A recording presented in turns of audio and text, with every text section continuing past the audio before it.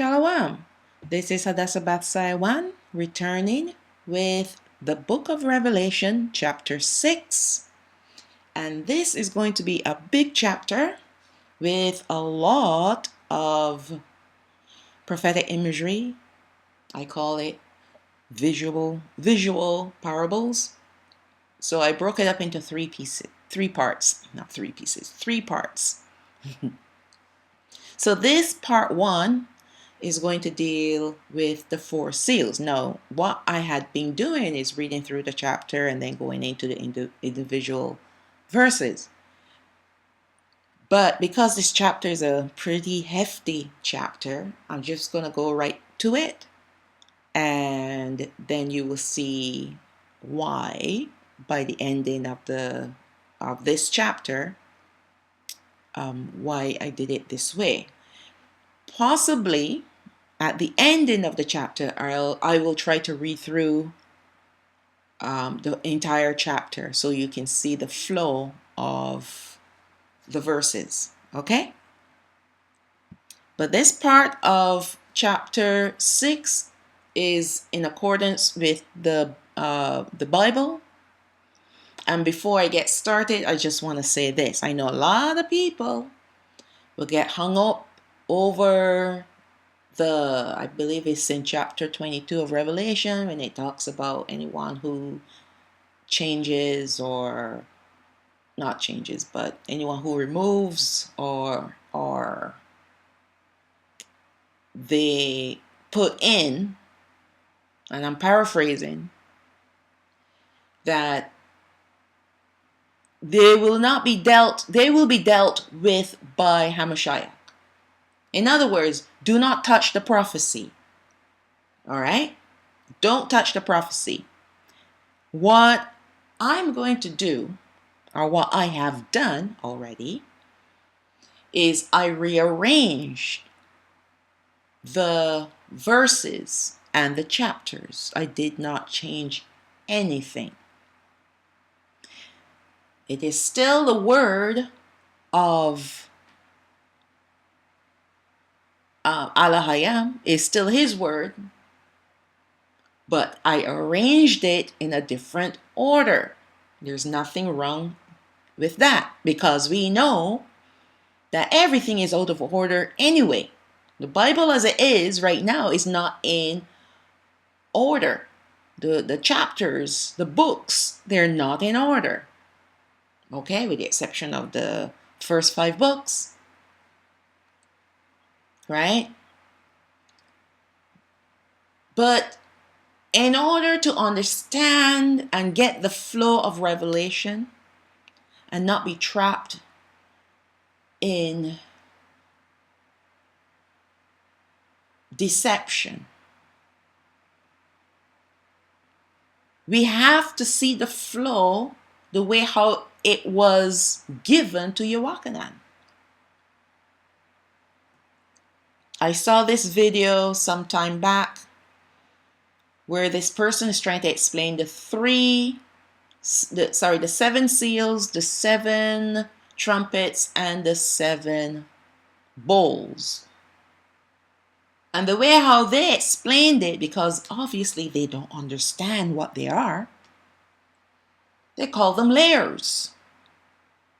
So the 7 seals is a layer of the 7 trumpets and of the 7 bowls. They saw them as layers. They're not layers. Well, of course, this person is not speaking under the influence of Ruach HaKodesh. They're Gentile. How can they be? All right? He was not given to them. He was given to Yashrael.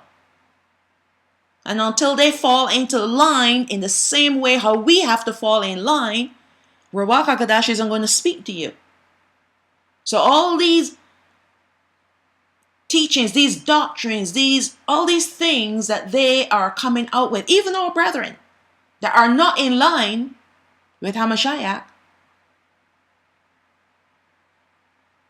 They're teaching the doctrines of devils. All right? And now that the book is open for all to come and see and read and understand, people aren't interested because, oh, well, this person did this video and it was awesome and I accept that as that teaching. Well, okay. All right. Okay, so let me get started.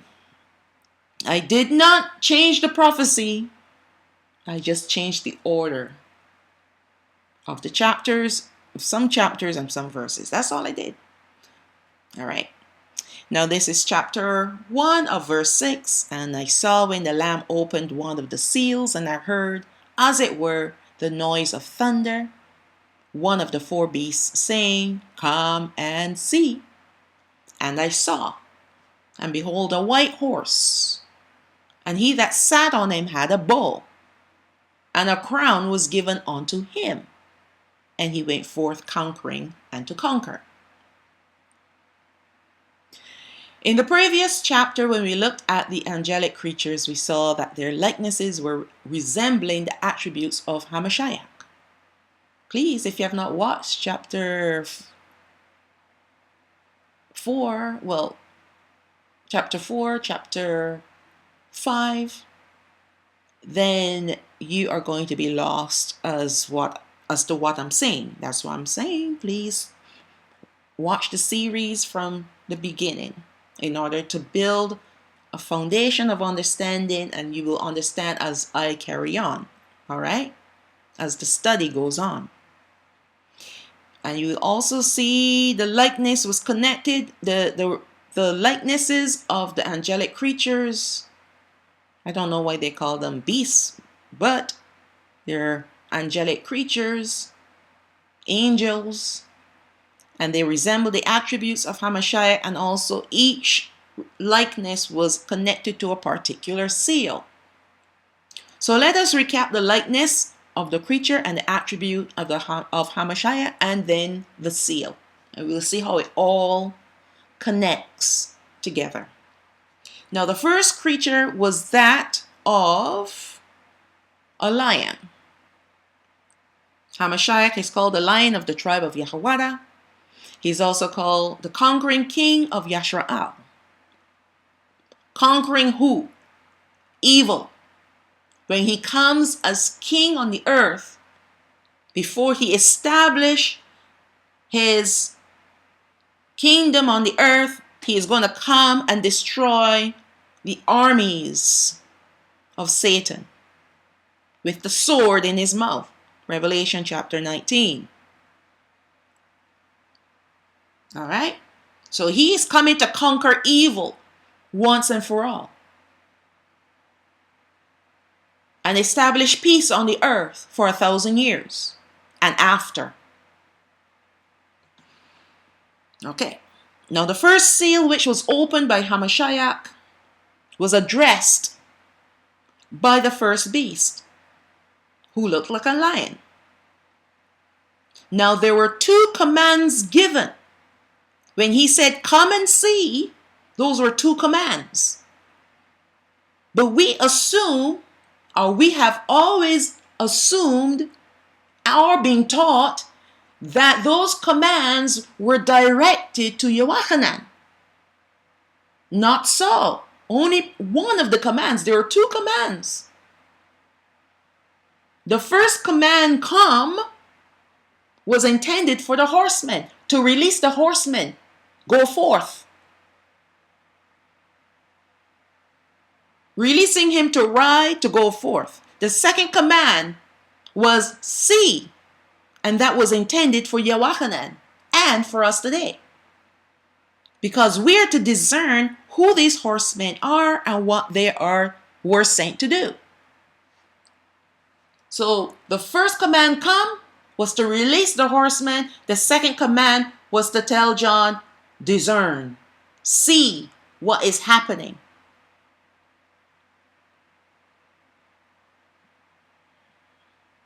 Yahweh speaks to us through various ways. He speaks through his son, his Ruach, his angels, his prophets, his apostles, and of course his written word. If you notice, they all work together at times to bring the word that Yahweh wants his people to receive. These four creatures in the throne room also speak with the voice of Yahweh. So Hamashiach broke the seal, and then Yahweh, through his creatures, spoke on his behalf. Come, meaning go forth. Because if you look up that Greek word, it means to go forth. He's releasing them to go.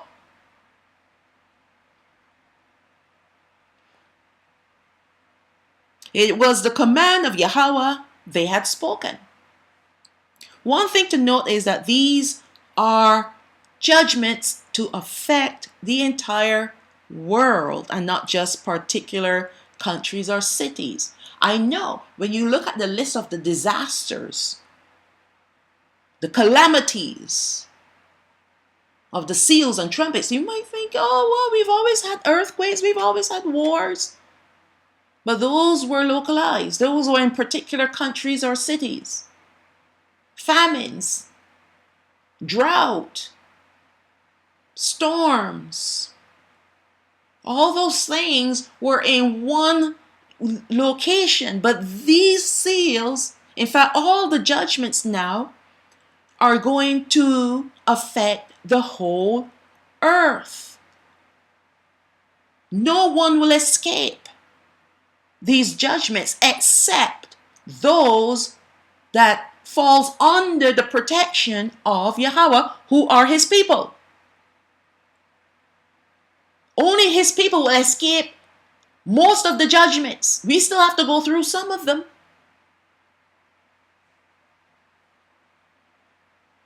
All right, just like in the land of Matzarayim, the land of Egypt, we went through, our forefathers went through the first three judgments. Then after that, they were protected. All right, so no one will escape except the ones he will protect. The first rider sat on a white horse, not to be confused with righteousness or purity. Satan is a counterfeit artist. All right, but it wants to give the impressions as such. So some people say, well, this is symbolic of the anti-Messiah. No, it is not. No, it is not. It's a fallen angel. They're all fallen angels. But they're being used to bring about the judgments upon the earth. Now these horsemen, I just said it. These horsemen are fallen angels being used in the last days to carry out the judgments of Yahweh. Oh my. The rider had a bow but no arrows. Therefore he had a weapon, or rather half of a weapon. He was given a crown which speaks of authority, power, and position. And he went forth conquering and to conquer. Meaning that the bow and the crown gained him mastery, control over what or who. But in order to know what or who, we have to understand that what this half of a weapon really is. Because a bow, when you look at a bow does nothing. It can do nothing to hurt a person. Unless it was made of steel and you just whack them with it. But so how is that going to affect the whole world? You think this horseman is going to go around and whack people one by one? No. Now this bow is very significant. The Greek word for the word bow in Greek is toxan. Okay, from here on, please note, I will be speaking in code. One of my contents got taken down. They claim medical misinformation. I haven't put it back up yet. I will eventually. I'll get there. When the Spirit bid me to, I'll put it back. I'll redress it and put it up. So I'm going to speak in code. All right? I'm going to speak in code. So the Greek word for bow is toxon, which is the base word where we derive the word toxic or toxin or poison. So that bow is just a prophetic image or imagery of what the Father wants us today to understand, to discern. Now, Yochanan might not have necessarily understood what it stood for because it was not meant for him or that generation. But it's meant for us today so that we can now understand because it has already happened.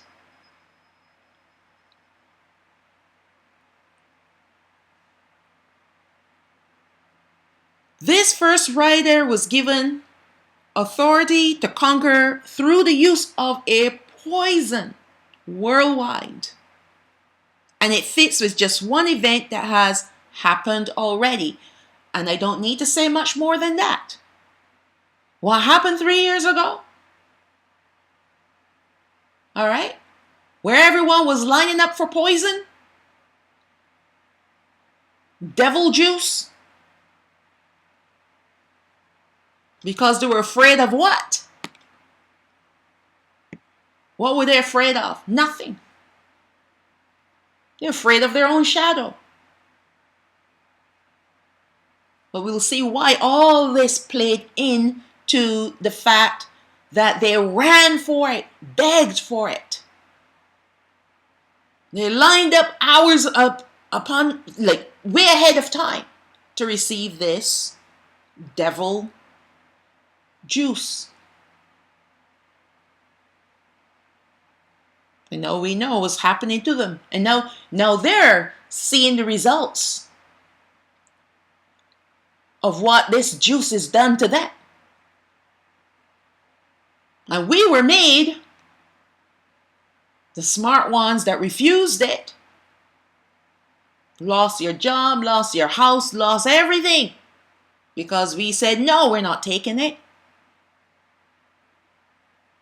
And now they're looking back at those days. Remember, they used to make fun of us, remember? They used to make a whole lot of fun. In fact, a lot of them ostracized us because we were the blame for something that wasn't real, that wasn't happening, wasn't really happening until after they drank the juice. Right? After they drank the grape juice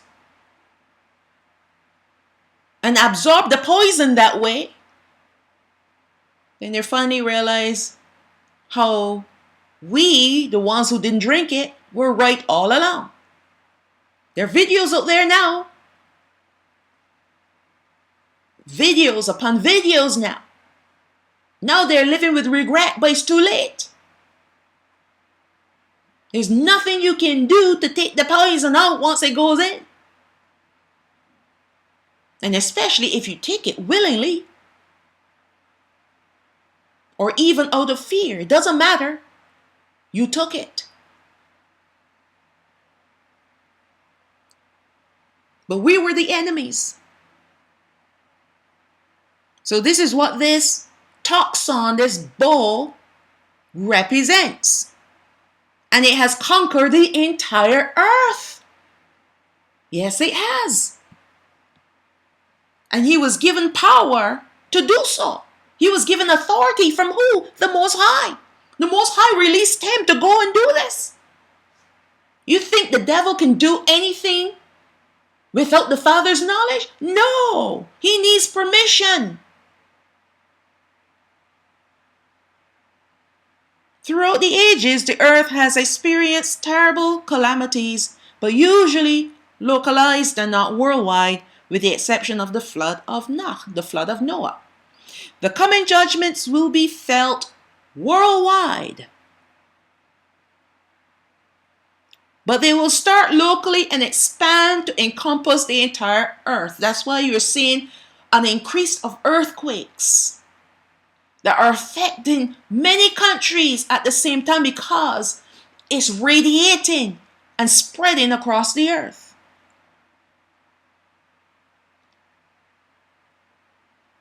And then finally, there will be the earthquake that will literally shake the heavens and the earth.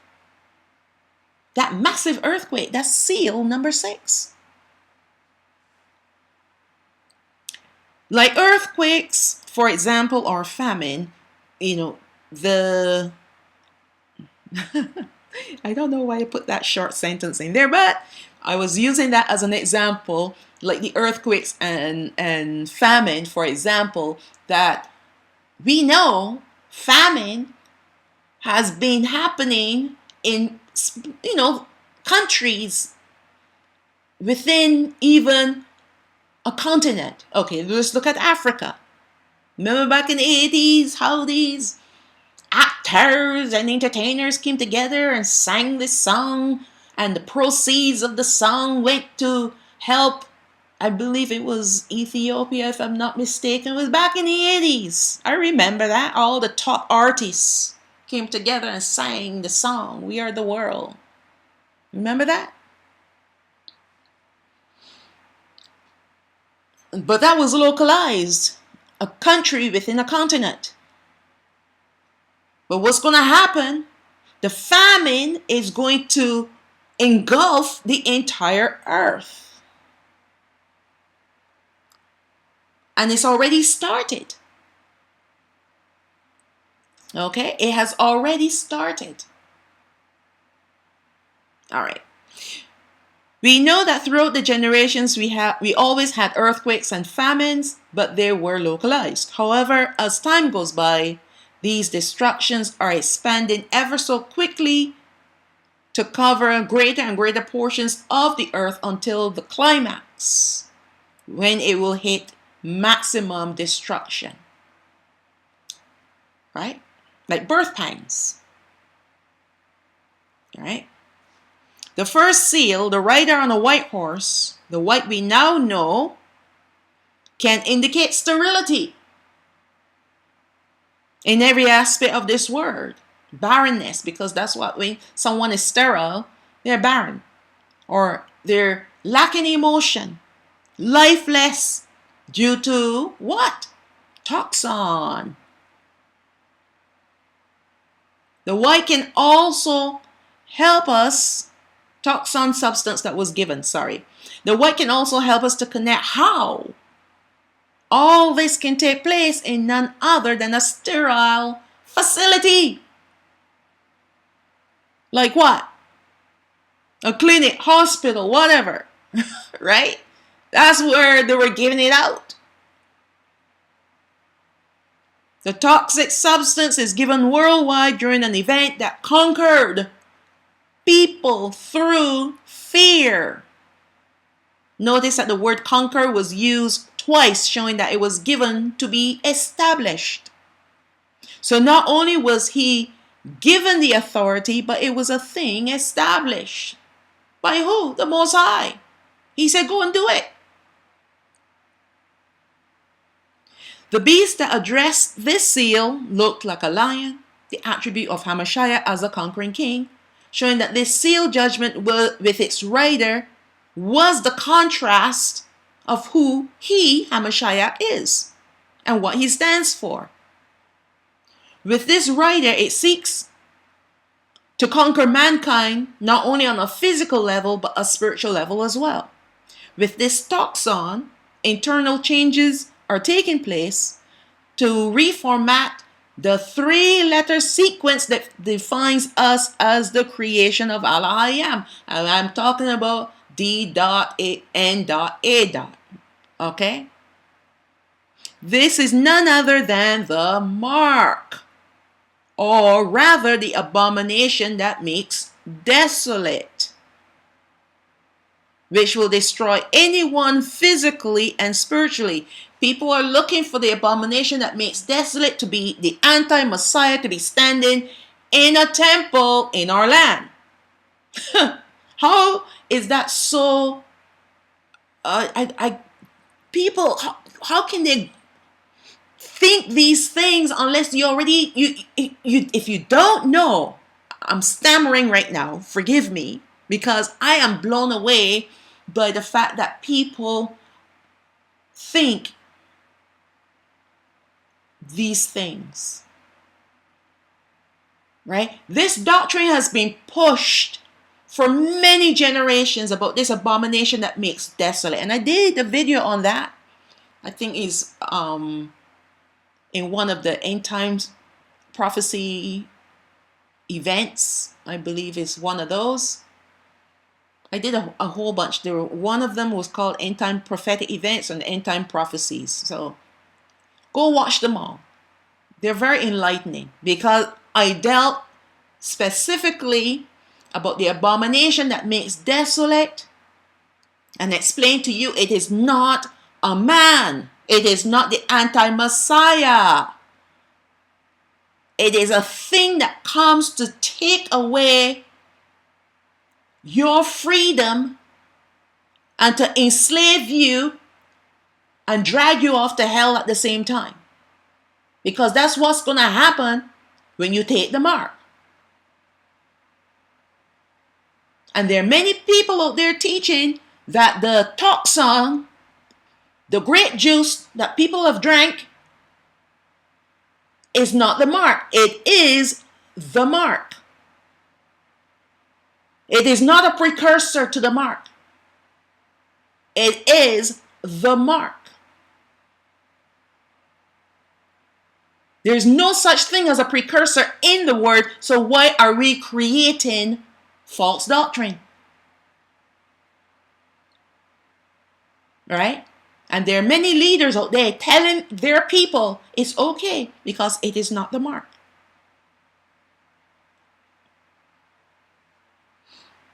All right. I don't want to get into what this toxin really is. You just need to go and do your homework and see what is inside of it. And then tell me that it is not the mark. Because you have not seen the fullness of this system being implemented, do not be deceived into thinking that it is not what it really is. So let me just lay the groundwork here. The people in our land are not us, obviously, because we are not in our land. Not yet. The land is defiled. So those people there, because you got the Christians on one hand celebrating, yeah, all these enemies of Israel are coming against them, and they have the red heifers, and soon they're going to rebuild their temple. Who are they building a temple for? You think they're building a temple for the Most High? No. If they build a temple, it would be for their own demon, the devil himself. So there's nothing significant about him standing in his temple. All right?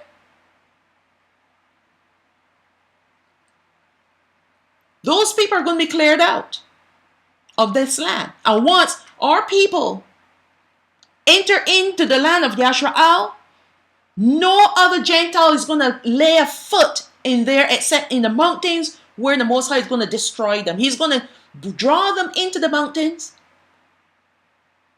and he's going to destroy them there.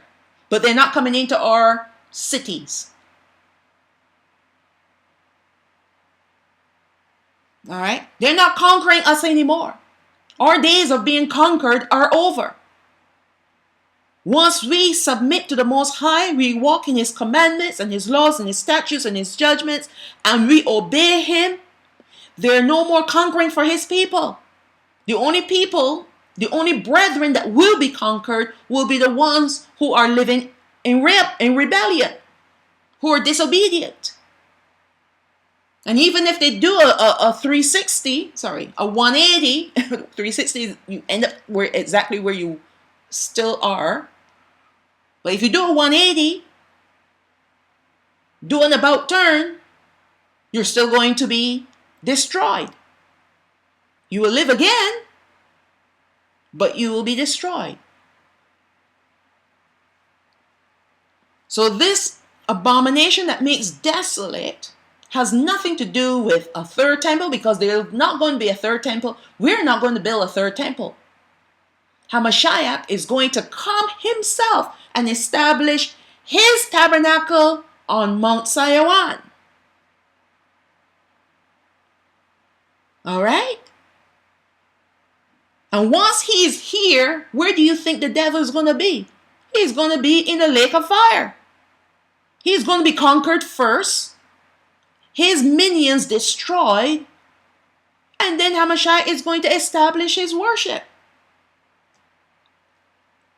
Actually, let me rephrase that. Sorry, I got the order wrong. His false prophet and his beast, the system is going to be destroyed, but Satan is going to be cast into the abyss. And then after the 1,000 years, then he's released and then he's destroyed and cast into the lake of fire. That is the correct order. Sorry, I got it all mixed up there. I'm so sorry. All right? But it happens to the best of us. But the point that I'm making, once Hamashiach established his tabernacle on Mount Sinai, the devil and his people aren't coming near. How can they get near to the one who has the sword in his mouth that can destroy anything and everything if he so wishes? Satan has no power over Hamashiach. It's the other way around, because Satan is a created being. He's rotten, but he's a created being. So there's no anti-Messiah that must sit on the throne in the temple in our land, because that will never happen.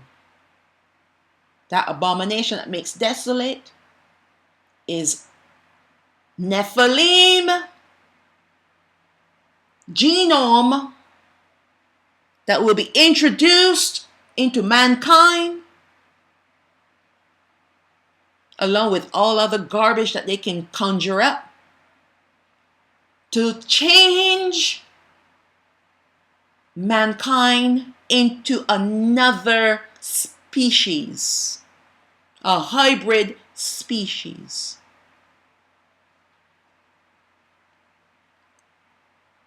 And we know this happened before in the days of Noah.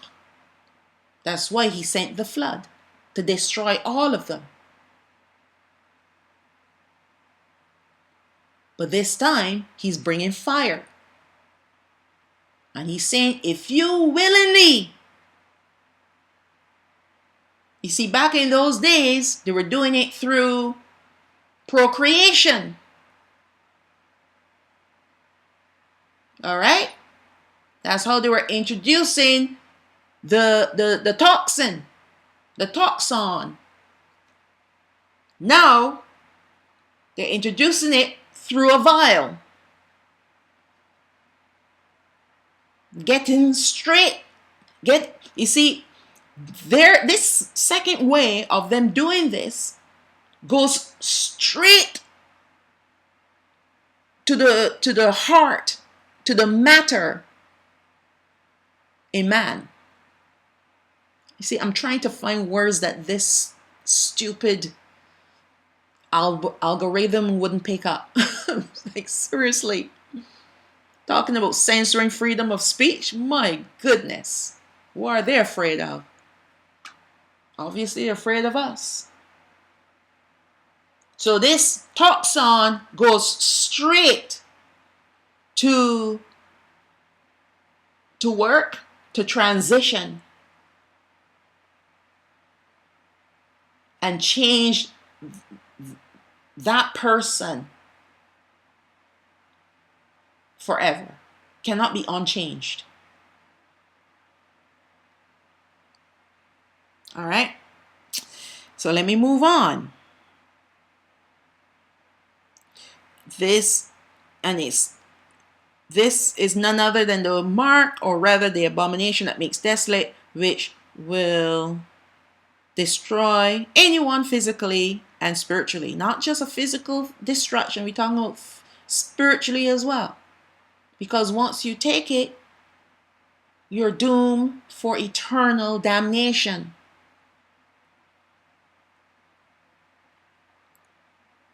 I know people that took it because of their jobs. And guess what happened after they took it? They still can't work, and they're not getting any payouts for it. So what was the point? You do it to keep a job, and then you end up not having a job, neither do you have life. And they're living in utter misery. Utter misery. Want to do it because they want to travel. They want to do it because they want this. It is just so annoying to know that people cannot think about their own personal being ahead of the things that they crave for. They think things are more important than their health and their peace of mind. I know people that have taken it, they have no peace. They're in utter misery. Why? Because the Spirit is gone. He does not stay where he's not welcome. And he certainly is not going to share his space with devils. So he move out. He's like, that's it, I'm done. You disobey me, I'm gone.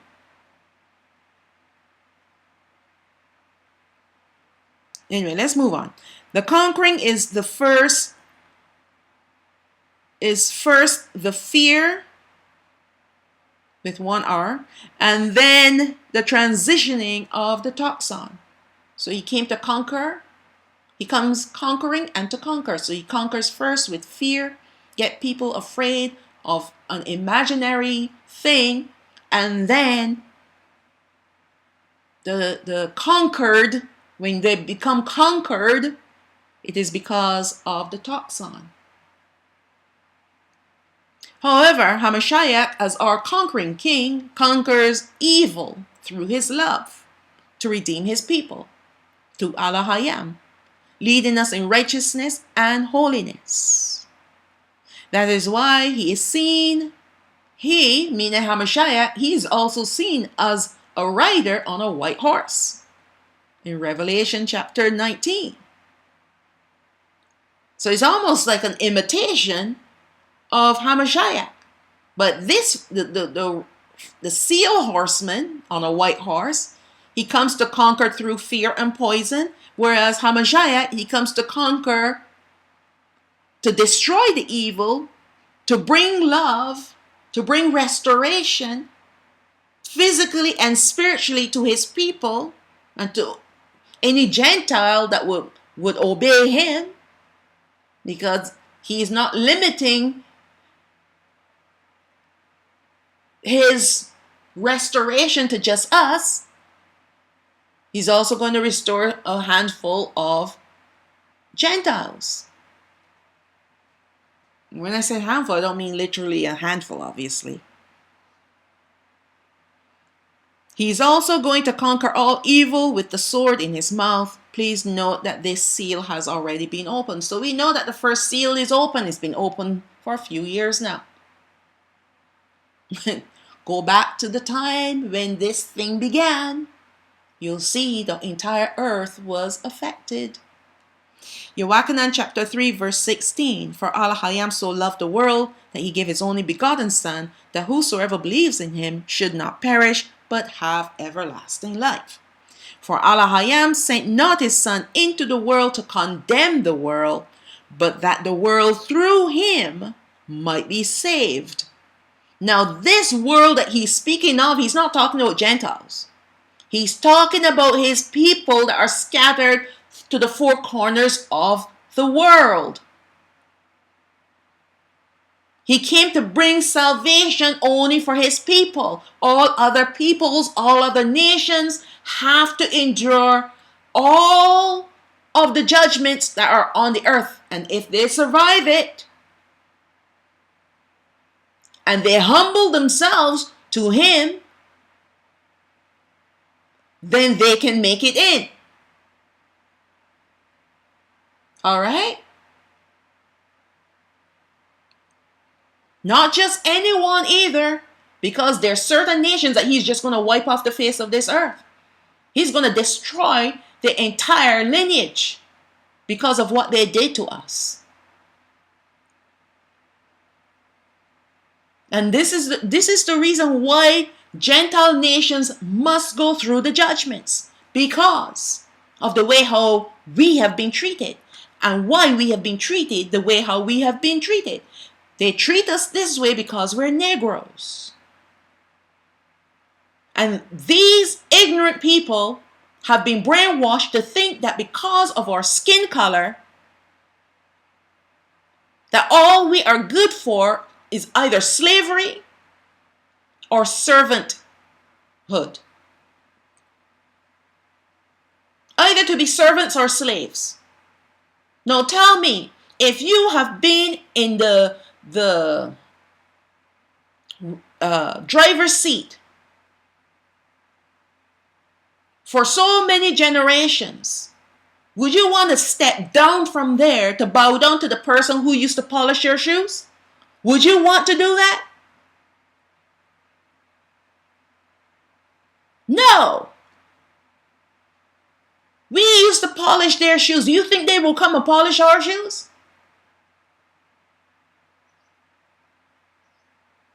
And they're loving their Jesus because their Jesus is the same color as them. White. But when you look at the true color of Hamashiach and even the angels, and of course, Yahweh, he's our color. They're all our color. They're the anomalies.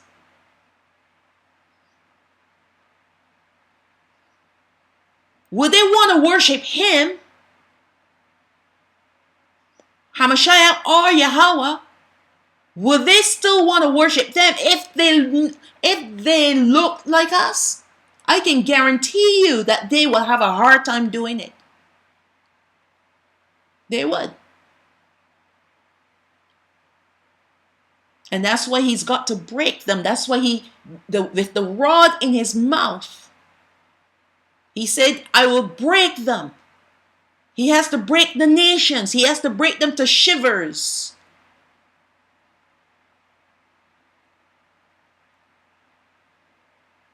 All right? And that's why they must go through the judgments. If they don't, that pride that they have inside of them will be their destruction. So this is the way to weed out the ones that will submit. And there are a few of them, I've heard them, proclaiming us as the true Yashrael. Whether they believe it in their hearts, that's another thing. But there's some out there that are actually proclaiming us as through Yashrael, the true seed of Abraham. Now, whether or not they will want to serve us, that's another story as well. Because proclaiming is one thing, but you need to have an understanding here now that if you want to survive and gain a portion of our inheritance, you got to serve us. Will they want to serve us? They don't have a problem marrying us because in the end, the wife or the husband ends up serving the other nation that they've married. I've seen it happen. They treat them like they're little idols.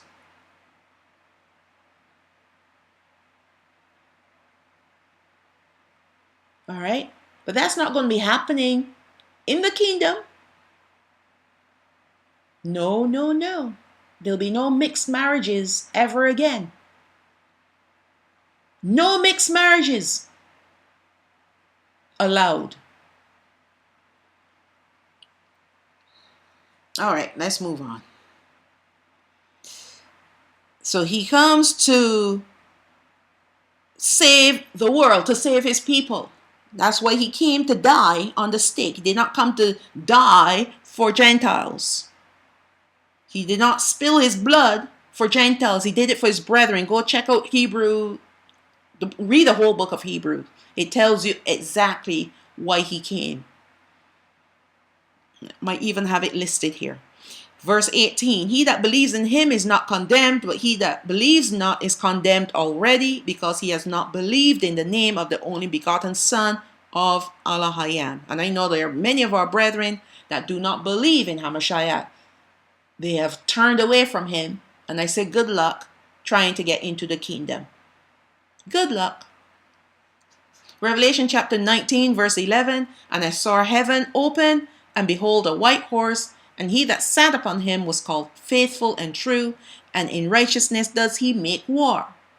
And out of his mouth goes a sharp sword, that with it he should smite the nations, and he shall rule them with a rod of iron. It's the rod of iron that he rules with. Forgive me, I said he has a rod of iron that comes from his mouth. No, you see, it's just me, okay? Just me. So he rules them with a rod of iron, and that rod of iron, we know even one of the assemblies, I believe, is Thyatira, but don't quote me, that is given the rod of iron to rule over the nations. We're all going to have that rod of iron. All right? And you have to understand what that rod of iron is to do. It is to break the nations.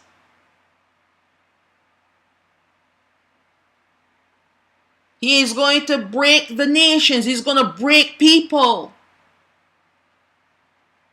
That's why it says he shall smite the nations and he shall rule them with a rod of iron. That iron is going to be breaking them. And he treads the winepress of the fierceness and wrath of Shaddai Allahayam. That's his father. And the remnant were slain with the sword of him that sat upon the horse, which sword proceeded out of his mouth, and all the fowls were filled with their flesh. Now this is just a verse, a couple verses that I've taken out so that because I jumped from verse 11 to verse 15 to verse 21, because when we get to Revelation chapter 19, then I'll go into that in more detail. But I just want you to see when he comes again, the second time as the conquering king, what he is coming to do. He's coming to conquer. He's coming to destroy evil, and he's coming to break the nations. Whoever is remaining on the earth, there will always be people on the earth. All right? Verse 3 of Revelation chapter 6, and when he had opened the second seal, I heard the second beast say, come and see, 2 commands. And there went out another horse that was red, and power was given to him that sat thereon to take peace from the earth, and they should kill one another, and there was given unto him a great sword. So let's look again at the second living creature with the attribute of Hamashiach. The second creature has the likeness of a calf. Hamashiach is the lamb that was slain. He shed his blood. All right, because that blood is our atonement. He did it as an atonement for our sins. Because without the shedding of blood, there's no atoning for sin. And we used to use the blood of calves and goats and sheep and lambs. But now he comes as the Lamb of Allahayam, and he died on a stake, and his blood left his body because they pierced him in the side after he died. And blood left his body. That blood that was shed was done on behalf of us. And of course, yes, there would be blood from the nails in his hands, and nails in his feet, and the crown of thorns on his head, and the whipping that he received, all that. But most importantly, the piercing that he got in the side that released the blood on the earth. All right? His blood was shed to cleanse us of our sins. Now this is for Yasha'al, not the Gentiles. The Gentiles are looking to their Jesus who died on a cross, which is a pagan symbol, pagan idol, pagan symbol. That's their Jesus that is atoning their sins, which we know is all demonic stuff, right? But our Savior died on a stake or a tree. They call it a tree. The second seal with the rider sitting on a red horse was given power to take peace from the earth. The horse that he sat on was red to symbolize blood, which means a lot of deaths occurring. Not just in wars, because we know what a sword represents. It represents war. But from the lack of peace, when people will turn against one another to kill one another. And this started with the first seal. And because of the first seal, people giving the toxin to other people. Now wars, conflicts, civil unrest are rising up to bring about more deaths. And it's going to get worse. Everywhere you turn, you're seeing unrest, civil unrest. Civil unrest. That's a kind of war. Then you hear about wars. Actually, you hear more about rumors of wars. This country against that country, and this person says they're going to send the nukes over here, and this and that. Just to let you know, there's no such thing as nukes. There are no nukes. There's no nuclear weapons. It's all a lie. The only nuclear weapon we have is the sword that is in Hamashiach's mouth. That's going to melt people on the spot. But Satan himself does not have nuclear. His people, they do not have nuclear weapons. If they had them, they would have used them a long time ago. This is a lot of fear tactics. They're speaking words of conflict to bring about more fear and terror upon this earth. People are afraid because, we're going to get nuked tomorrow. So they're running out and they're getting all these different equipment and pills and whatnots, thinking that they can protect themselves and their family from a nuke. There's no nuke. In the meantime, they're causing all kinds of disasters with things derailing and poisons being spewed in the air and in the water and on the land. That's the toxin there too. And animals, all kinds of things. Animals, the birds, the fish, everything dying. And this thing is spreading far and wide. Right? You need to get under the blood of Hamashiach. That's what you need to do. And these toxins have no effect on you. All right. So all these wars and rumors of wars and the conflicts and the protesting and all these different things, the rallies and all these things, that's all part of this seal. Because it's going to escalate. And it's going to get worse. All right. The blood that Hamashiach shed was of a sacrificial nature to help those who believe in him to have life. What they're doing with this seal is to bring death. The contrast with this rider on the red horse is that he brings calamity, chaos, and wars of every kind to destroy lives, shedding their blood, the blood of many. In a way, the blood of these people that are being shed is a demonic sacrifice unto the devil. which is the reason why more evil is unleashed in this earth. Do you know that when blood is offered to Satan, it empowers him to bring more evil to that person or that situation? So all these satanic sacrifices that you're seeing worldwide now is allowing evil to run rampant. Running rampant like it's never ever happened before. Now you even have the Church of Satan wanting to have their own little, what do you call it? Not protests. Their own little rallying. You know, like they have on parade. That's what it's called. They want to have their little parades now. Before, these demonic creatures only used to come out at night when everybody else is sleeping. And they're going under the cover of darkness on the beaches and wherever, caves, wherever they can find to do their sacrifices, to do their chantings and whatnots. Now it's out in the open. It's out in the open. This is how we know the seals are opening. In fact, this seal has already opened too.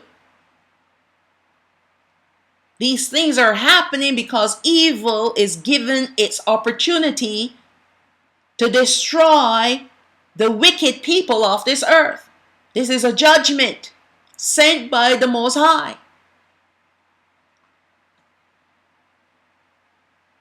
There are too many wicked people on this earth. All they care about is money and what they can get, and how they can use other people to get what they want. They care nothing. They have no kindness, no love, no generosity. They just want what they want. And it's gotten worse. All right.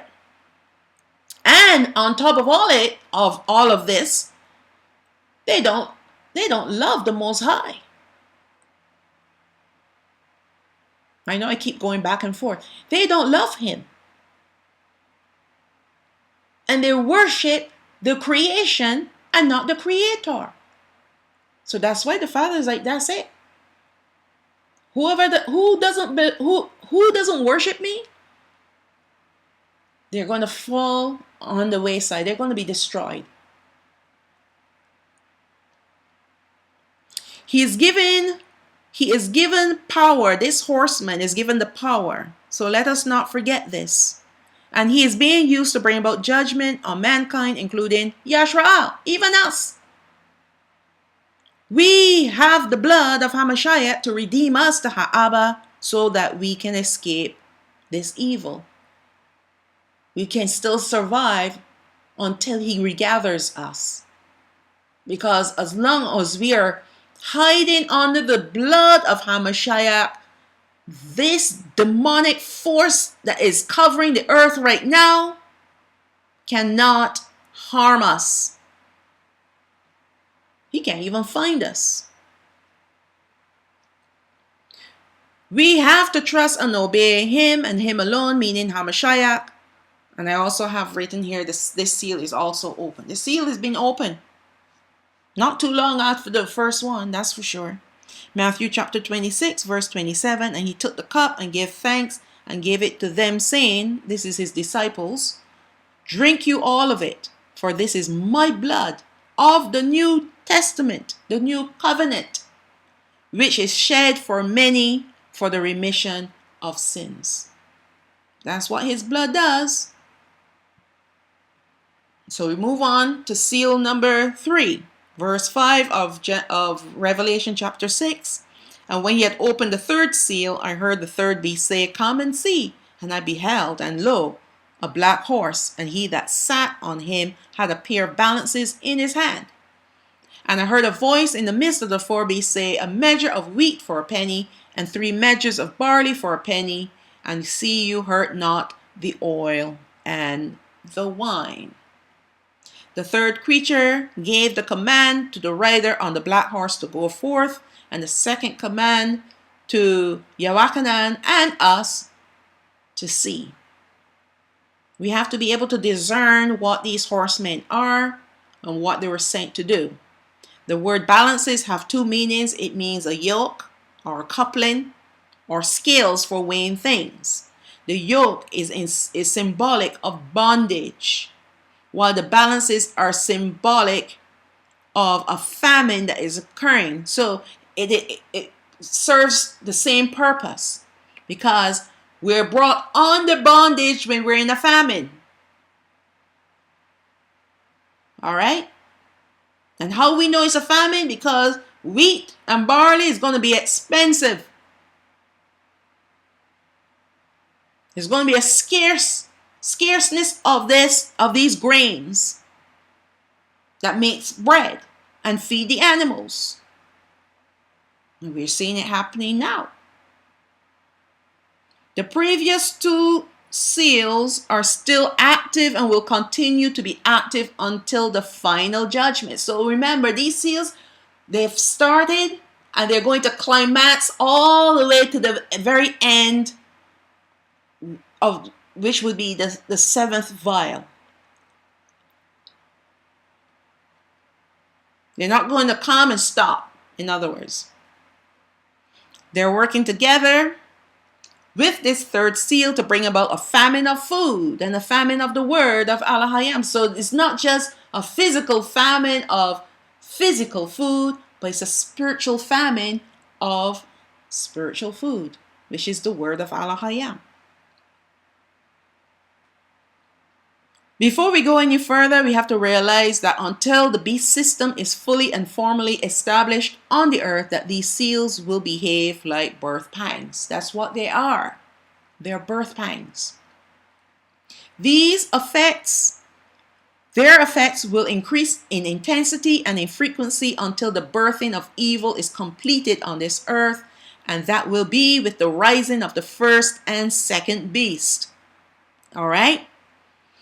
That's why Hamashiach compared the end times, the tribulation period, to birth pangs. Because it's something that is going to happen, it's going to start and it's going to grow in intensity and frequency. Like we see right now, earthquakes are happening at a more frequent they're happening more frequently than before, because the birth pangs have increased. All right?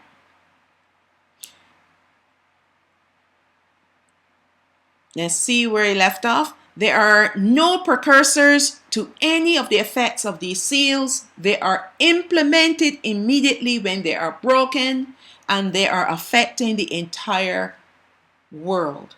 No one will escape unless they are under the protection of Hamashiach. That's why it's so important. That's why he gave the judgments to the 7 assemblies, which are the 12 tribes of Yashrael.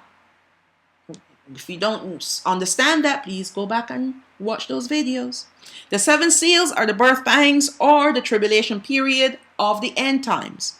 And why Hamashiach compared them to birth pangs is to allow us to know that they will not be sudden and completed, but gradually implemented, and quickly will their evil purposes intensify to produce death. That's what they're there to do, produce death. That's what's going to birth death. All right? Because it's judgments on the earth. Matthew chapter 26, verse 24, verse 6. And you shall hear of wars and rumors of wars. See that you be not troubled, for all these things must come to pass, but the end is not yet. So as bad as things are getting, this is not quite the end yet. We're getting there. Verse 7. For nation shall rise against nation, and kingdom against kingdom, and there shall be famines and pestilences and earthquakes in diverse places. All these are the beginning of sorrows. In other words, birth pangs. In other words, the tribulation period. Hamashiach went on in this discourse to outline more of what is coming in the end times, but we are not to be troubled as he commanded. All these things must take place as their judgments to end the evil on this earth once and for all, and to regather Yasha'al and to usher in his millennial reign. The new heavens, the new earth, and the new Yerushalayim. Behold, all things will become new. You see, unless these things happen, evil will continue on. So the Father is saying, time's up, Satan. Children, get ready. I'm coming for you. All right. The likeness of the third creature is that of a man, revealing the attribute of Hamashiach as the Son of Man, who came to be our high priest forever after the order of Malachi Sadak. That's Melchizedek, in other words. The third rider rode a black horse, symbolic of death. He himself is called Death, and he carried the balances. Sorry, I'm getting this confused. Yes, he is Death, and he carried the balances in his hand to indicate two things: bondage and famine. That's how he's going to kill. All right? Through famine. All people that have fallen under the power of the first two seals will be in bondage. Bondage to fear, bondage to toxin, bondage to famine, bondage to all the evil that is happening.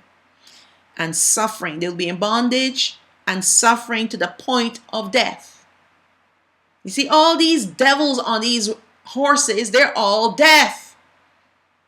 They're all to bring death. All right?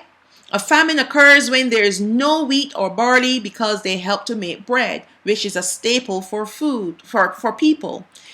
It also helps to supplement feed for the livestock. The great famine in Matzorayah was that of grains, just like this famine will be. It will cost a fortune to buy just a bit of either of these grains, and many people will not be able to afford to buy them. So there goes your livestock. All right? But let us look at the spiritual aspect of a famine, which deals with the word of Elohim. Today, we have many biblical scholars who proclaim themselves to be prophets, apostles, or teachers.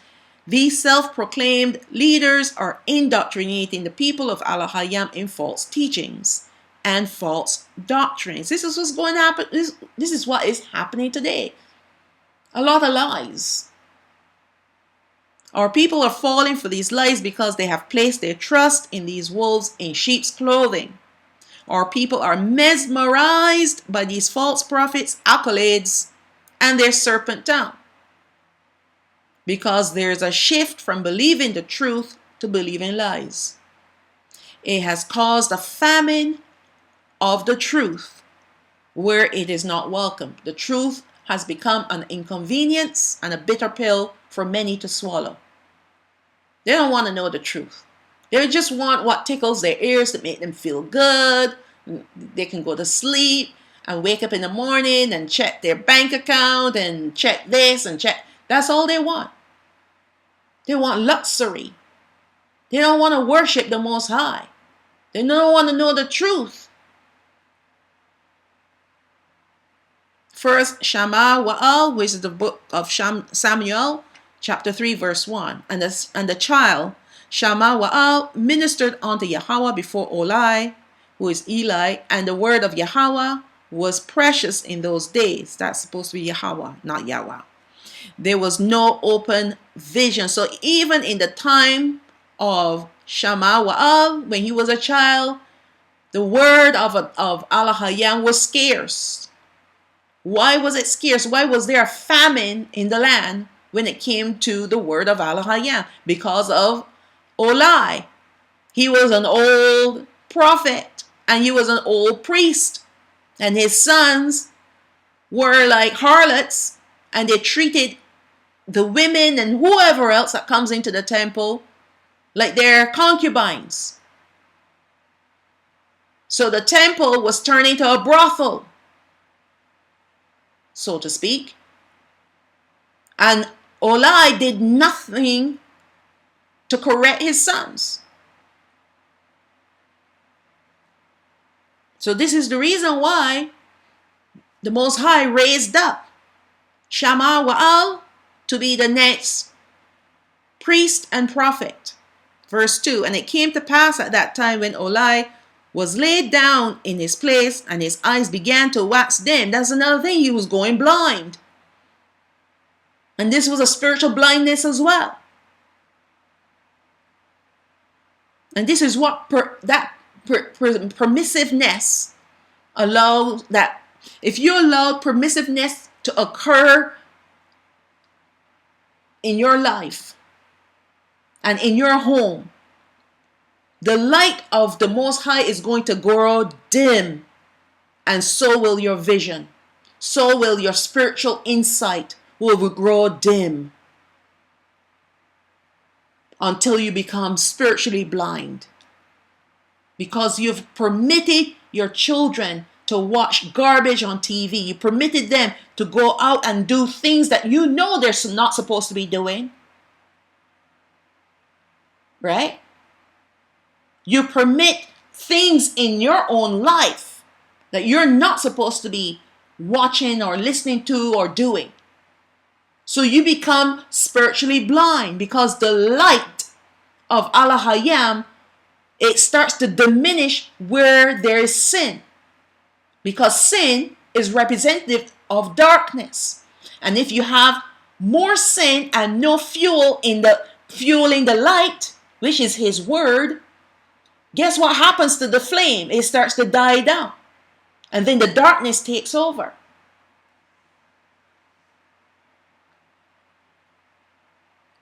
All right.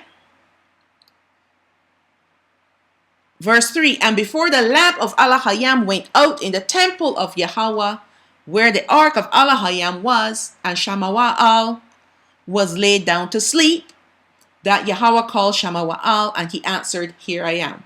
All right.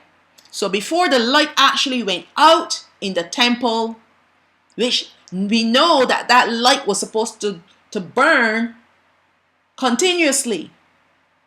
So two things were happening here. On a physical level, they were not attending to the duties in the temple. That would be his sons and even Olai. And secondly, spiritually, the light in the temple, the spiritual light, was growing dim. But before it actually went out, he called out to Shammah Wa'al. And we know he became the next prophet and priest in Yashrael. 2 Peter chapter 2 verse 1. And there were false prophets also among the people, even as there shall be false teachers among you. This is what's happening today.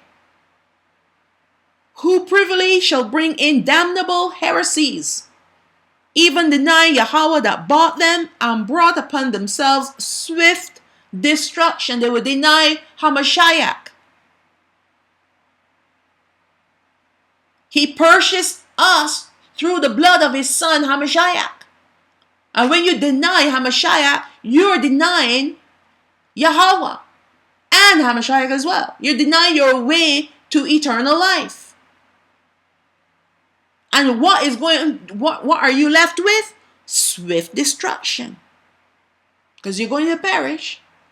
And many shall follow their pernicious ways, that should be pernicious, by reason of whom the way of truth shall be evil spoken of. Many people follow these false teachers online because they have a large audience and because they say things that make their ears tickle.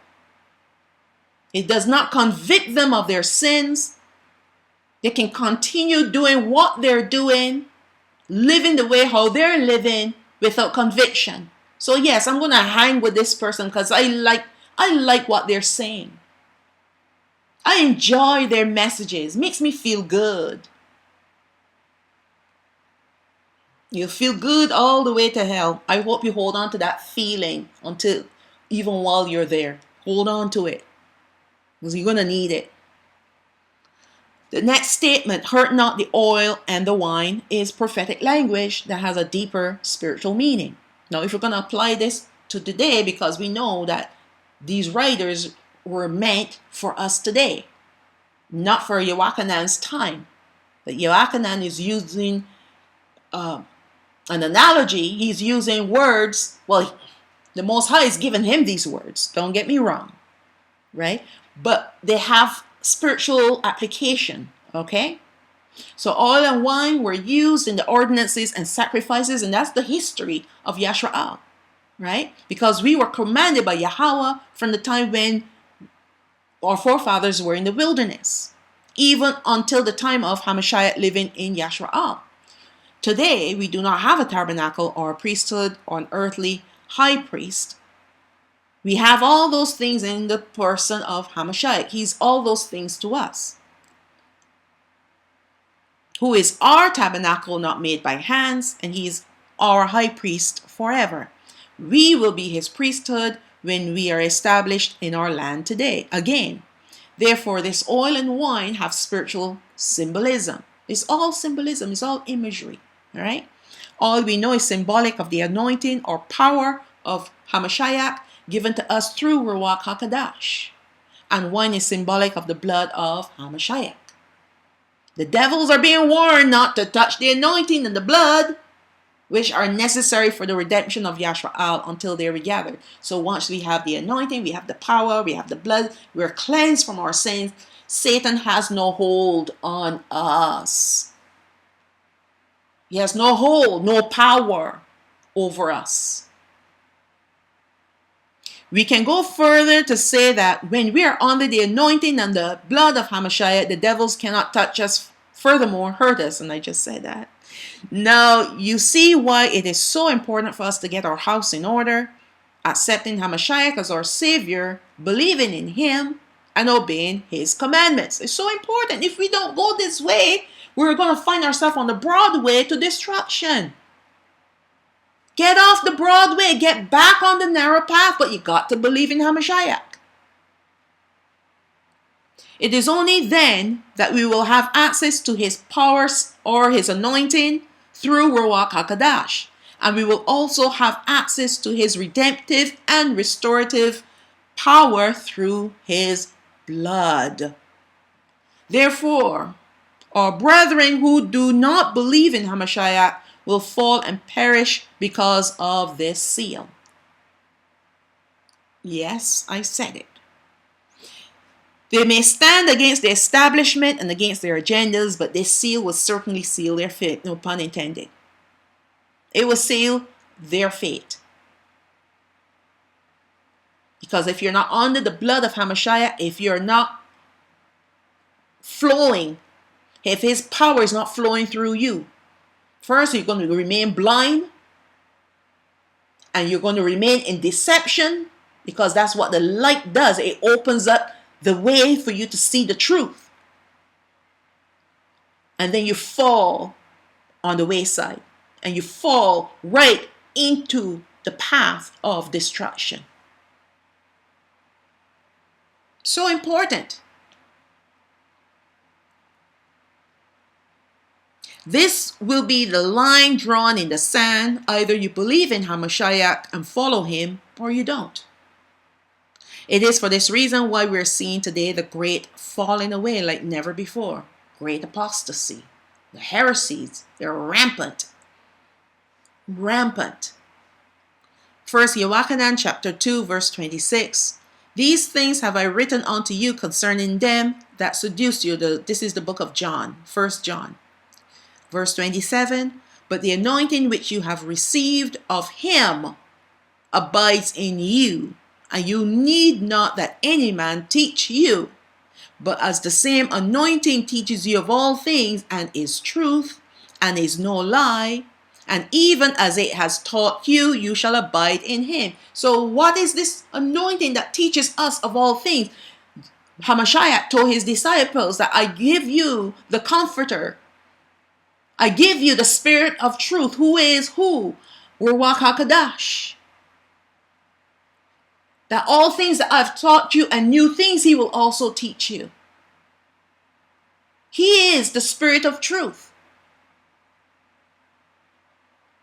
And without him, you're not going to be able to discern lies from the truth. You're not going to be able to discern the parables. You're not going to be able to discern the prophetic language of Alahayam. You're just going to go in the flow. Oh, people say this is the popular opinion. I'm going to go with this opinion. Rather than the revelation that comes from Ruach HaKodesh. The writing is on the wall for all to turn away from their wickedness and repent of their sins, to turn to Hamashiach, who will preserve all who will obey him. We have no chance against an enemy which we cannot see with our eyes. Yet his evil powers are felt and witnessed at work. If these warnings for his judgments go unheeded and continue to be ignored, then destruction will come. We need to pay attention. We need to wake up. All right. So let's look at Daniel chapter 5 verse 24. This is the book of Daniel, by the way. Then was the part of the hand sent from him, and this writing was written. And this is the writing that was written. Mene, which is Mana'ah, Thakal, Wapa, Rasawan. And in the, I guess, the other language, Mene, Tekel, Upharsin. All right? And this is the interpretation. Mana'ah. Alahayam have numbered your kingdom and finished it. Established it. Thakal. You are weighed in the balance and are found wanting. Paras, I have that in purple highlight because it should have been Upharsin, but he was giving him a prophetic, a warning, explaining that the kingdom was going to be given to the Medes and Persians. So that's why he changed it to Paras, but should be Wapara Sawan. Your kingdom is divided, right? So the kingdom was divided and given to the Medes and Persians, right? Now this warning is especially for Yashrael. This is for us too, you know. The writing is on the wall. Because if we are weighed in the balances and found wanting, then it means destruction for us, just like Belshazzar. So those balances that demon was holding on the black horse, the Father is weighing us in those balances too. We're being weighed. We're being sifted like wheat.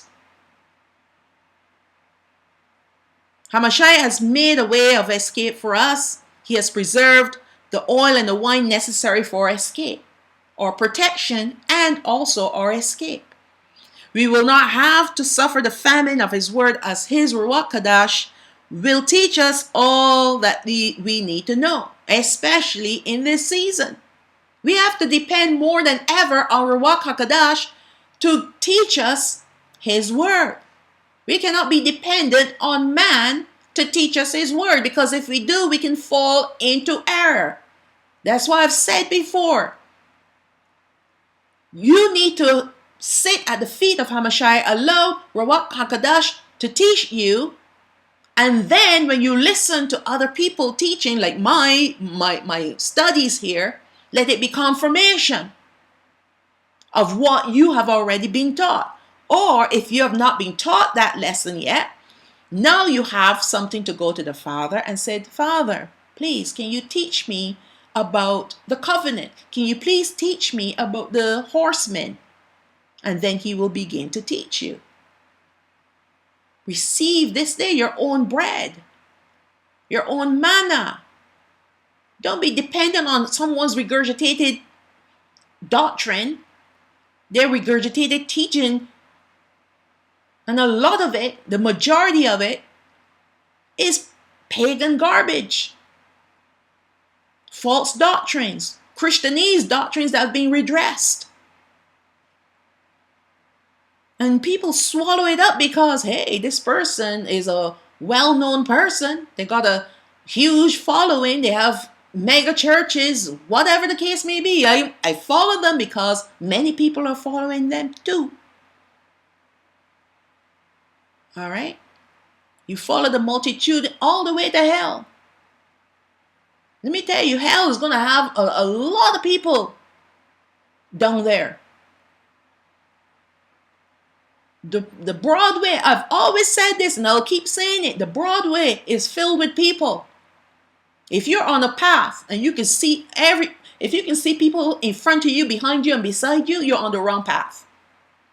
The narrow path, when you look ahead, you should not be seeing anyone. When you look behind you, you shouldn't be seeing anyone. Next to you, well, it's too narrow for two people. You should not be seeing anyone with you because that is the narrow path. But the Broadway is filled with people. And if everyone is going along with your ideals and what you think and whatnot, you're on the wrong path. I'm telling you right now, you're on the wrong path. All right. Let's see where I've left off again. Okay. Especially, Hamashiach warned us that we will be persecuted for his name's sake. Satan will seek to quench the word of Allah, especially when the system is in place and fully operational.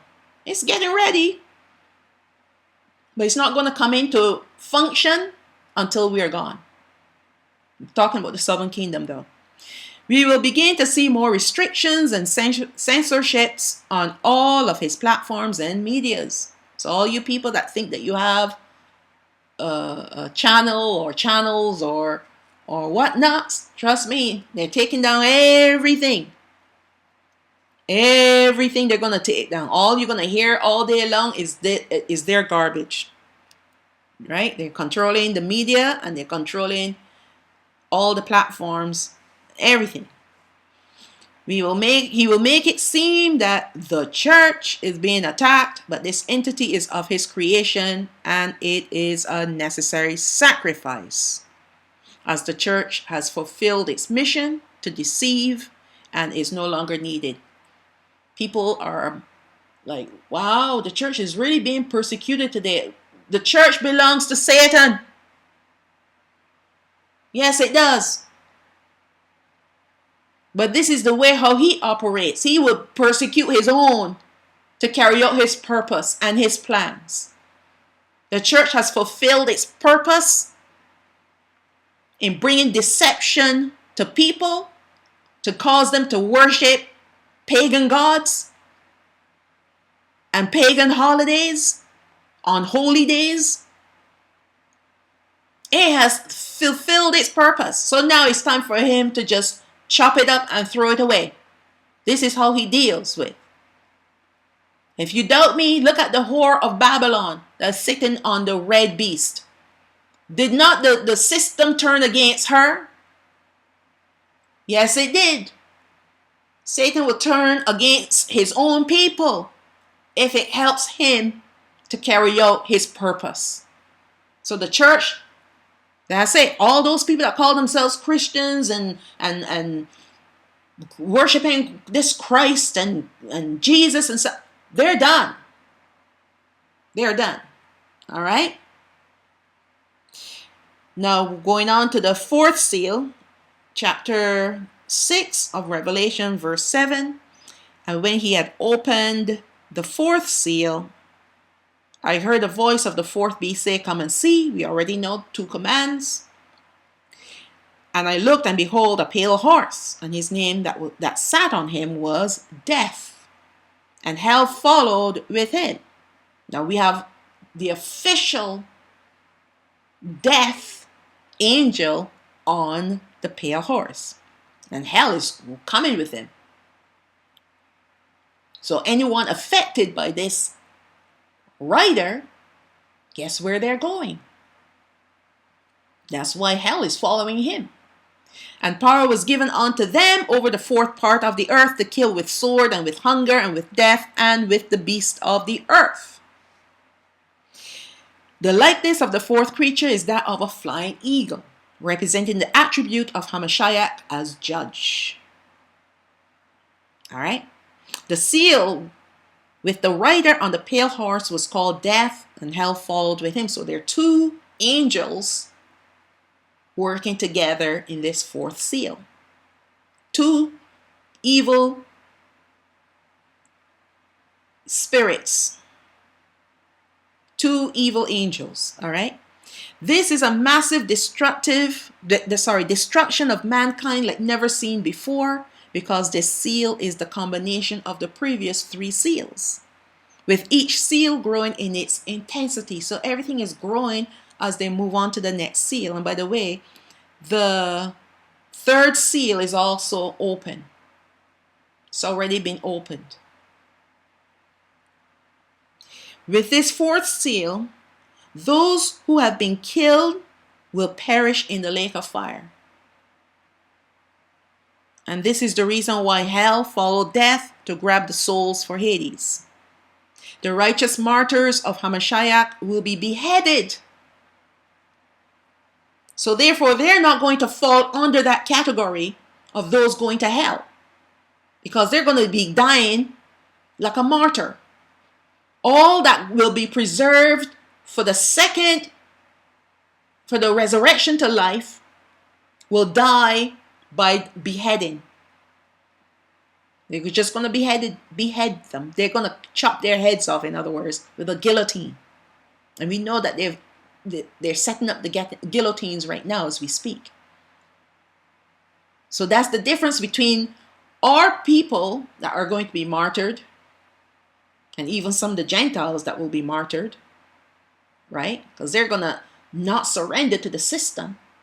So they're going to, and because they will believe in Hamashiach. But if people succumb to the death angel in this seal, they're going to hell. They're going to the lake of fire. This rider was given the power to kill 1/4 of the earth's population by wars and civil unrest, by famine because there will be very little food left, with death because of toxin, and with the beast of the earth because the animals on this earth will turn on mankind.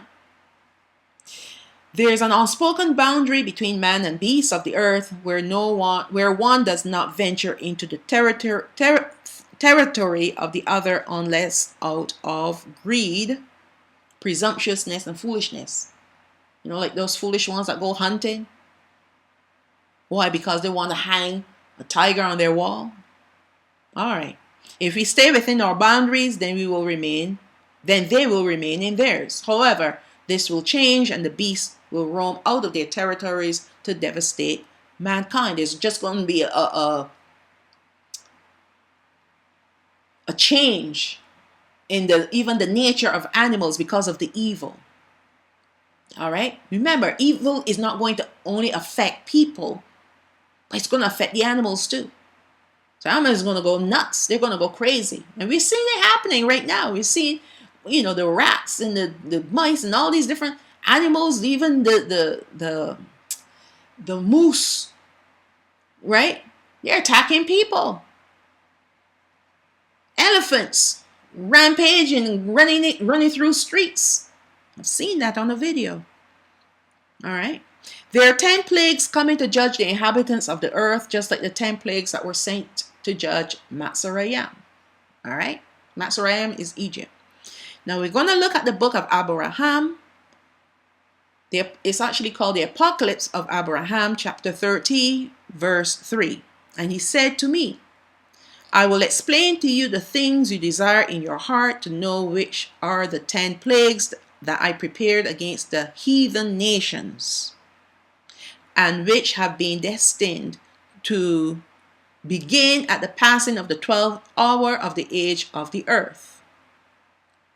Hear therefore what I tell you, because it will come to pass. So this is Yahweh speaking to Abraham when he was in a vision. Remember in Genesis chapter 15 when he went into a trance, he had a vision after he made the sacrifices. Well, this is all part of what he received from Yahweh.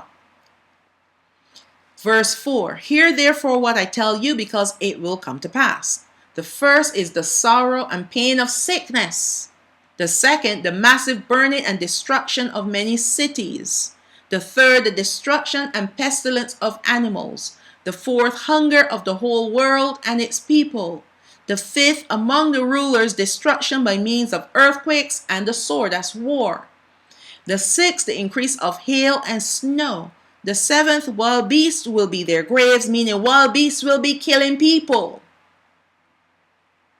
The eighth, hunger and pestilence will change their course of destruction. That means they're going to alternate. Ninth, the ninth, punishment by the sword and flight in distress. That means war and people will be fleeing. Could be civil unrest as well. And the 10th, thunder and voices and destructive earthquake.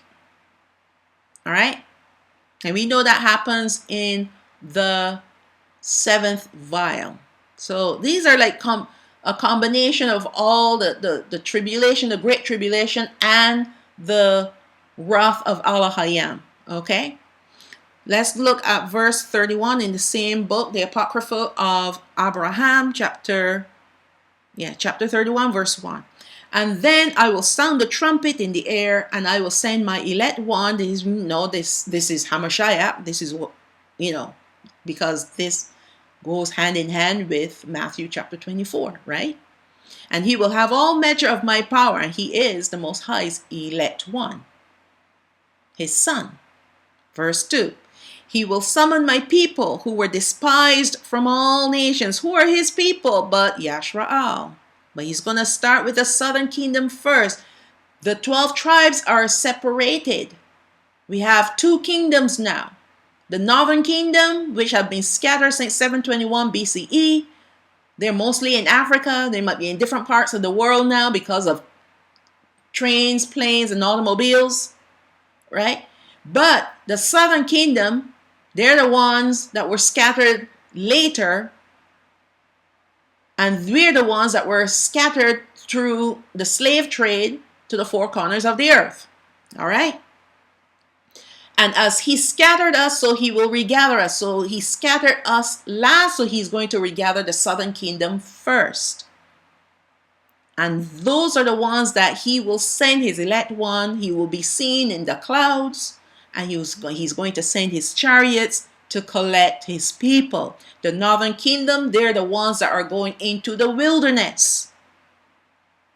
They're going to travel all along the way. Joel chapter 2, before them, it's going to be like the Garden of Odan, meaning the Garden of Eden. They're going to have all the provisions they need, but behind them will be like a wilderness. Because the Most High is going to lead them through the wilderness all the way to Yashra'al, our land. And we will only become one nation, one kingdom in the hand of Hamashiach when he comes again, Revelation chapter 19, to establish his kingdom on the earth, his tabernacle on the top of Mount Sinai. All right? These are all the things that are going to happen. It's not going to happen any other way. It's all in the scriptures. So he's going to summon them from all nations. And I will send fire upon those who have insulted them and who have ruled over them in this age. And those who have chosen my desire and kept my commandments will rejoice with celebrations over the downfall of the men who continued to follow after the idols. And I will take those who have covered me with mockery and give them over to the scorn of the coming age. He's going to destroy all the ones that are making mockery of him. Verse 4. I have prepared for them to be food for the fires of Hades and be in perpetual flight through the air of the depths of Hades. So they're going to be in hell and they're going to be running for their lives for all eternity. There are no friendships in Hades, by the way. It's not a place that we should want to go to. It's a place that we should be avoiding as much as we possibly can by obeying the Most High. That's all we need to do. Obey Allah, believe in His Son, turn away from our wicked ways. Then we can make it back into our land and live in safety, live in prosperity, live in the light of His love. This is what's waiting for us. No more evil, no more sin, no more pain, no more sorrows, no more sicknesses, no more diseases, no more conflicts. You don't even need to work. You're going to have the Gentile nations doing all the hard labor. You just need to sit back and relax. If you want to do something, you do something, but it's only out of pleasure you're going to be doing it. All right? This is what's waiting for us. But no, we want to hold on to Babylon because we love Babylon so much. I'm telling you, Hades is not a pleasant place at all.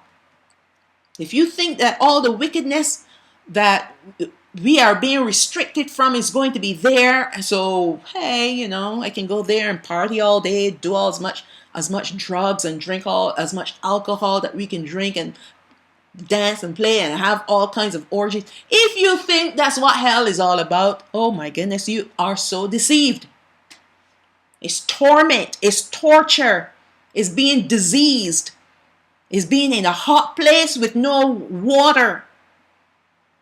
There are no blue skies, there are no fluffy white clouds, there are no birds chirping, there's no grass, there are no trees, there's nothing but sulfur, the smell of sulfur and rotten flesh. There are no friendships there.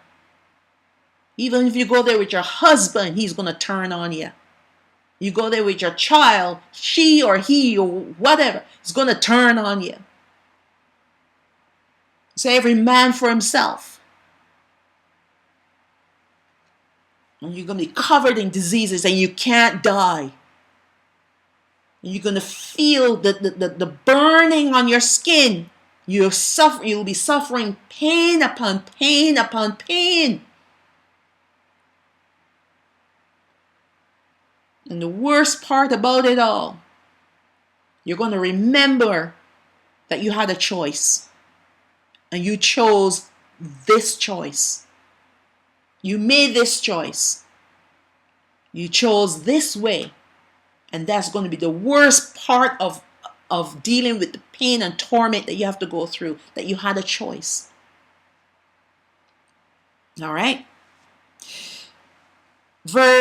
And they shall be, still in verse 4, and they shall be the contents of a worm's belly, which is Azazel. Azazel is Satan, one of the Satans, by the way.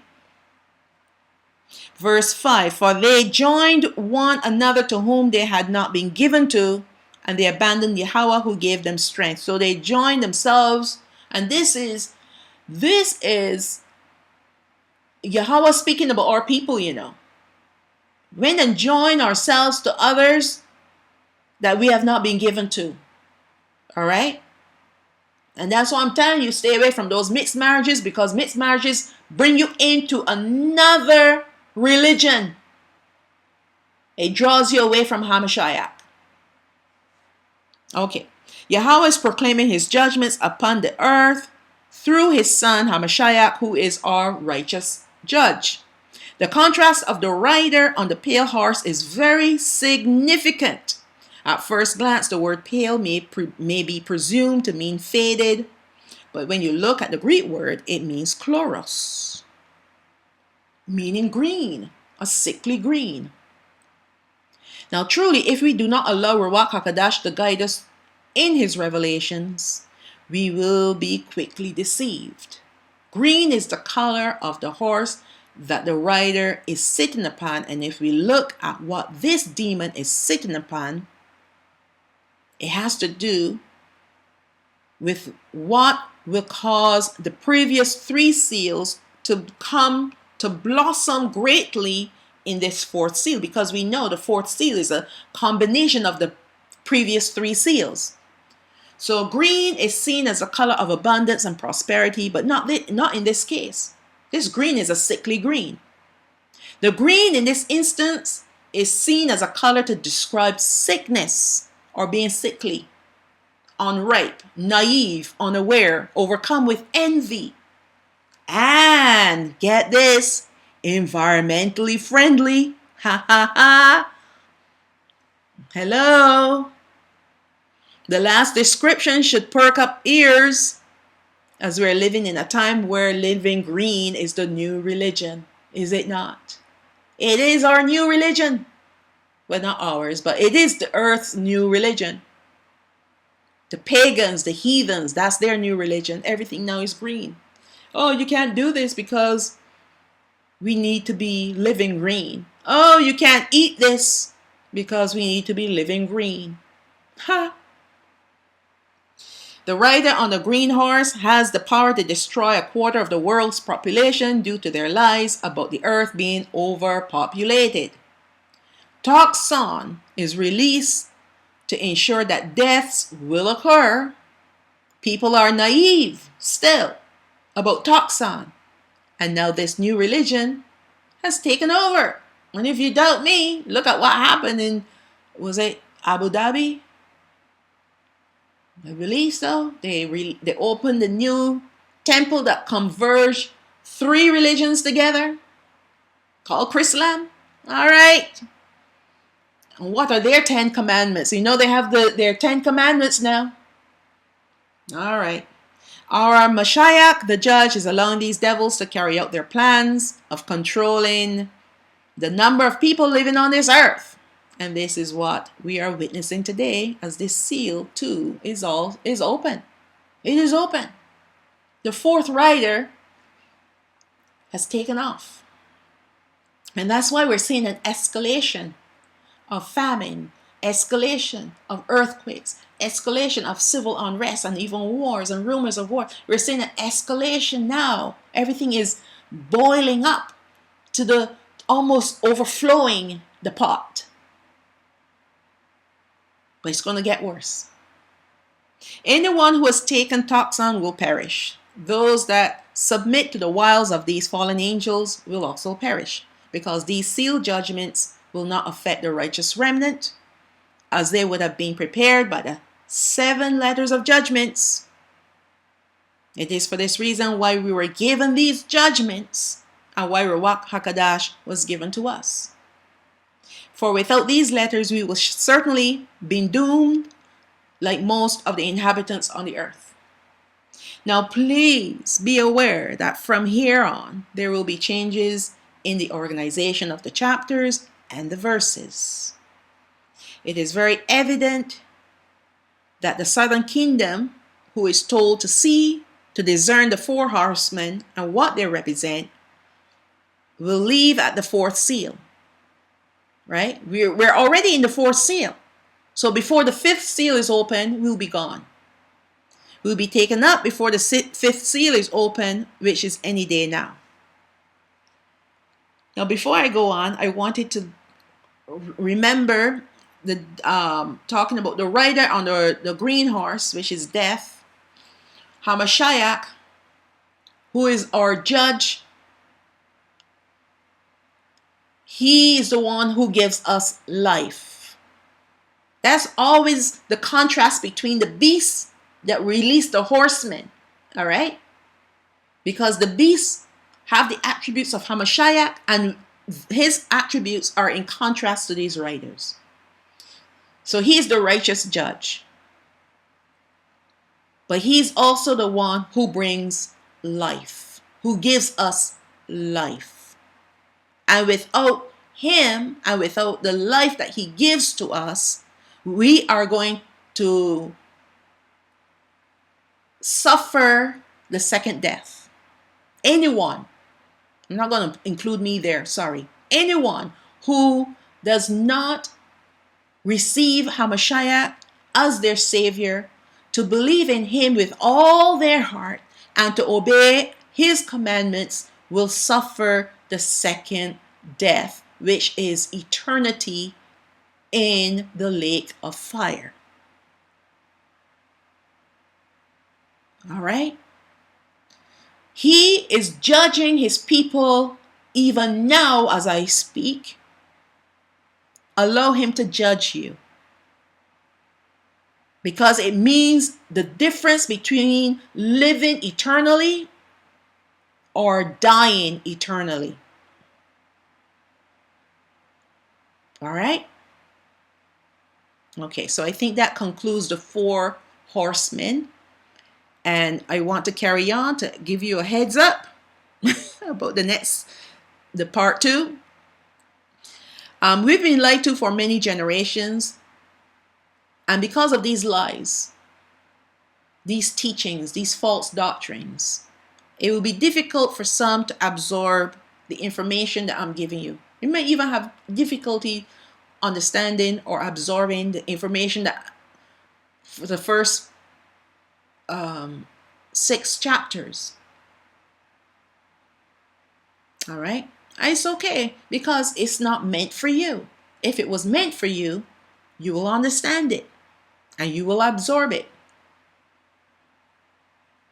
Hamashiach spoke to a multitude, but they couldn't understand what he was saying and they couldn't absorb it. So you know what happened? Many of his disciples walked away from him and he was left with only the 12. And he was the Son of Man on the earth at that time, the Son of Allah. He is the Son of Man. He is the Son of Allah, but he was living on the earth. And if they had a problem absorbing his word, how much more would they have? How much more problems or how much more trouble would they have to absorb the word of a mere human being like myself? So I'm not going to take it personally if you can't absorb it. It's just simply meant that it wasn't meant for you. All right? So it is here that the rest of chapter 6 is shifted to chapter 7. And chapter 12 is changed to chapter 6. So the rest of chapter 6 is shifted to chapter 7. You will see that when we get there. And chapter 12 is now changed to chapter 6. Why? Because the woman who is the southern kingdom will depart before the 5th seal is open. And the woman or the southern kingdom departs.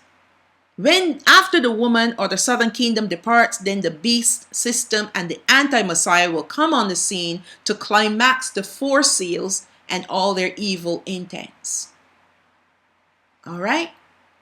It will be at this time that the northern kingdom will awake to know who they are. Or northern kingdom brethren are assimilated into other Gentile nations worshiping pagan gods. So that's why they have to go through some stuff. They need to be sifted. They need to be broken. They need to make a choice. At this time, they will have to surrender these gods or perish. It will be at this time that they will start their second exodus into the wilderness. So they can start their second exodus anytime. It could be anytime in the 5th seal or in the 6th seal. All right? But we'll see. Because they have to go through. They will be going through the rest of the seals, and they will be going through up to the 5th trumpet. That's when they're going to be sealed, to be protected. So they're not going to escape that massive earthquake that's coming. No, they're not. But the righteous remnant, the Father is going to preserve them.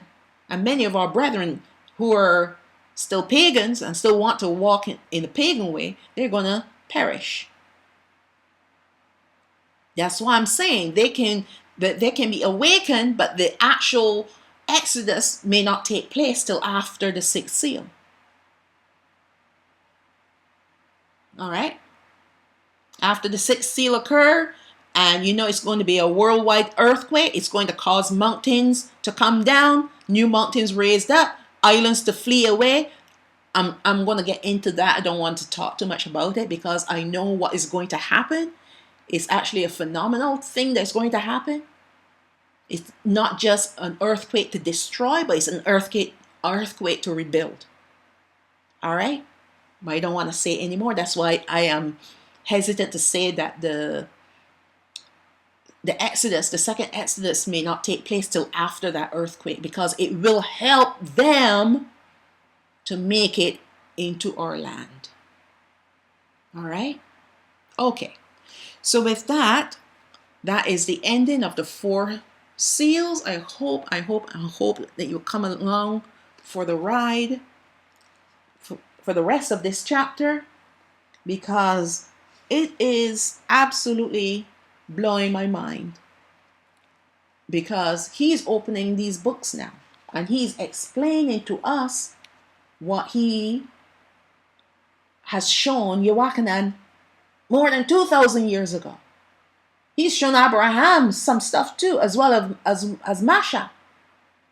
And they understood to some degree, but not totally. But now, and Dana Yael as well, now it is for us to understand and to know. Okay? So I will end here with the blessing on Yashraal from the Barayam, the book of Deuteronomy, chapter 6, verse 24 to 26.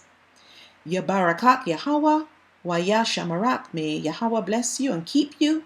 Ya'ar Yahweh Panayo Alayak, Waya Chanak, may Yahweh cause his face to shine upon you and have favor upon you. Yasha'a Yahweh Panayo Alayak, Wayasham Lak Shalawam. May Yahweh lift up his face upon you and give you peace. And I also want to say, welcome to new subscribers.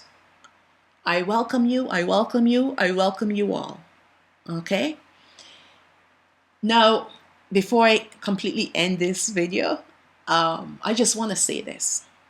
Right? I'm doing this not to gain subscribers or likes or anything like that. Although it's wonderful that you subscribe so that you know when a new video comes out. My purpose is to raise an awareness to the brethren, to let them know, hey, all the things that we've been taught, even by our own brethren, a lot of it is wrong. Remember, we were taught that we were supposed to be in slavery for only 400 years.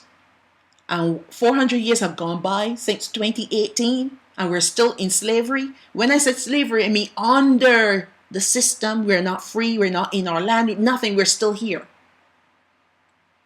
All these things should kind of be like a signal to let you know that all these things that have been taught for generations, something is wrong. It's not the truth. I did a study on that, by the way, the 400 years. Okay? And what has been happening, one person comes up with a theory and other people jump on that bandwagon and go with it, run with it. And they take it to people, and people, they rehearse it, and they start their own following, and they pass it on.